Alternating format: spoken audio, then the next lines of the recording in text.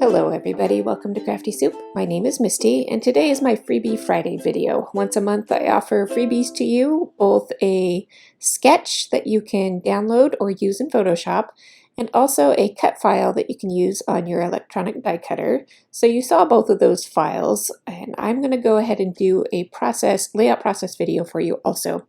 First, when I was cutting this file out for the first time, I was using this Basil double thick cardstock, and this is actually one of my favorite cardstocks for cutting cut files because it really is sturdy and so it's easy to work with the files.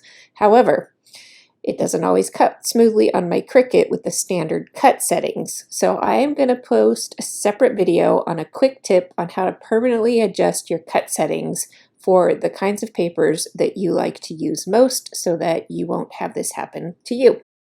All right, moving on, I did finally get my cut files to cut just fine, and you can see I have two large hearts for you. They're not quite a full 12 by 12 heart, but you can enlarge them if you want to. That'll change the shape of them just a little bit.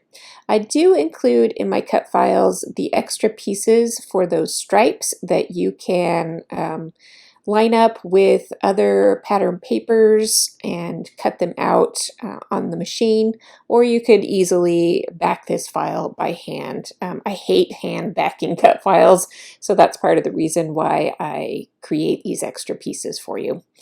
Today I am going to hand back my cut file because part of what I want to use up is these branding strips from the last little bits of this scrapbook kit that I have here, and they're just a little bit too small for it to work smoothly on the cutting machine because the margins of error are just not there.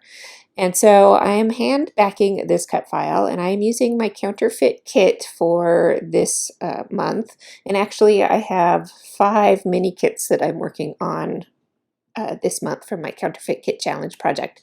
So this is coming to the end of one of my kits that was kind of an everyday life kit. And so I'm just using up the bits and pieces, and especially branding strips, off of the bits of pattern papers that I have left. And I'm trying to get a mix here of bold and bright colors as well as a little bit more neutral colors to kind of help balance everything off there.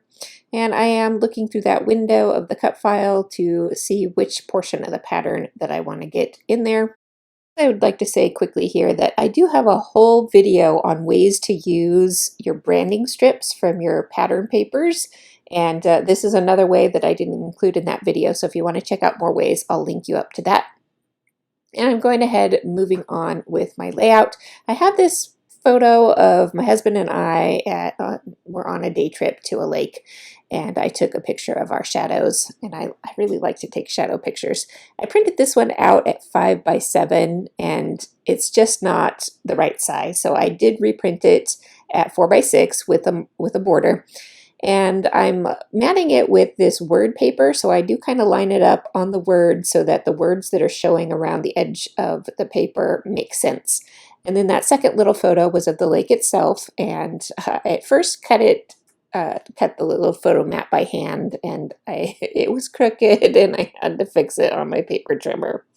So I got that one smoothed out, and now I'm just selecting from my kit an array of embellishments that I think will work here. I did use some of that pattern paper from the heart to create a title banner strip, and I'm going to create a multi-font, multi-dimensional title out of this, which I think ends up reading, "This was a lovely day trip," I think is how it comes out. Once I have my title figured out, I start messing with other bits of the layout. So I will go back and forth between building embellishment clusters, and I've got some flair, I've got these homemade tickets that I made, paper clips, and just some word embellishments that I'm going to cut apart from this.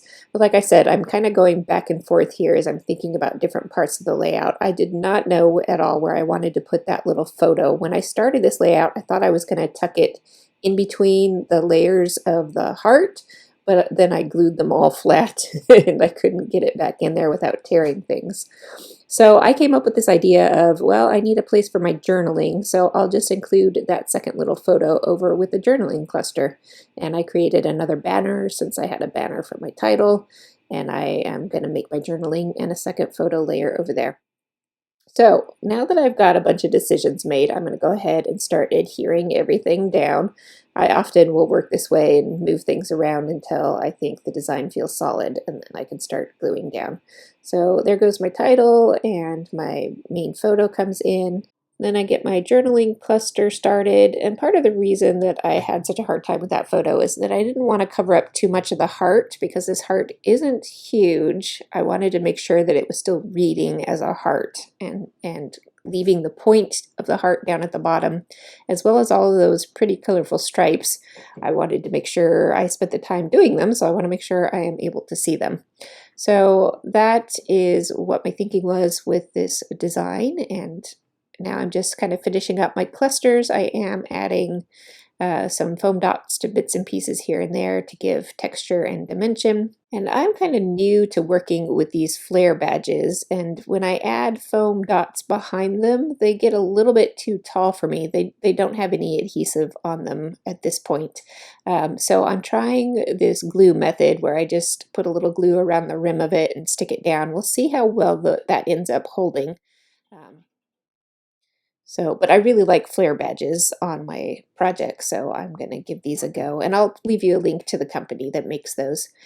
And then as I was looking at my layout, I realized that it needed a little more oomph, and how I'm adding that these days is using pin work to define different layers of this project. And you can see here on the stripes of this heart how much it adds to helping things pop off the page a little bit.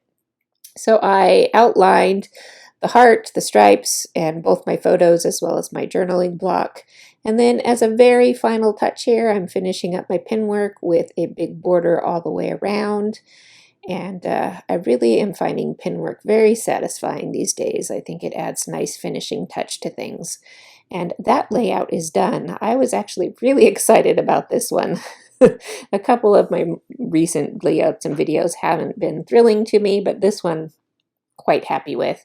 So I hope you enjoy the cut file and the sketch. Those are both available for download on my blog. I will leave you links in the show description so you can find those. If you got something useful out of this video, I would definitely appreciate a thumbs up. If you have any comments about future cut files or sketches that you would like to see, leave those comments for me because I will read them. And I can't make any promises, but I do like your suggestions. And I hope you'll join me on Sunday for the Counterfeit Kit first layout challenge of the month. I'll see you then.